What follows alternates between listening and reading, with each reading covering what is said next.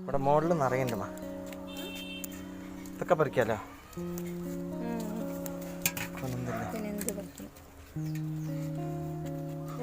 സൂപ്പറായിട്ടുണ്ട്. ഇത് നമ്മൾ പുഴുവൊക്കെ ഉണ്ടെങ്കിൽ എണ്ണയിലിട്ട് മുറിച്ച് കഴിക്കുക തന്നെ. നല്ലതല്ലേ, പ്രോട്ടീൻ അല്ലേ.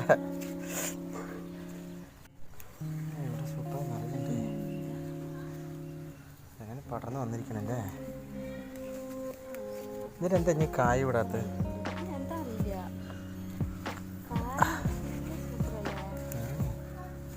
പുഴുവൊക്കെ ഉണ്ടെന്ന് അറിയെടുക്കട്ടെ. നന്നായിട്ടുണ്ടാകുമ്പോ വറുത്ത് കഴിക്കാലോ.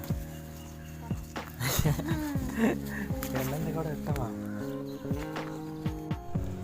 ഇന്ന് നമ്മൾ അവരൻ്റെ കുഞ്ഞിൻ്റെ ഇല പറിച്ചിട്ട് തോരൻ ചെയ്യാൻ പോവുകയാണ്.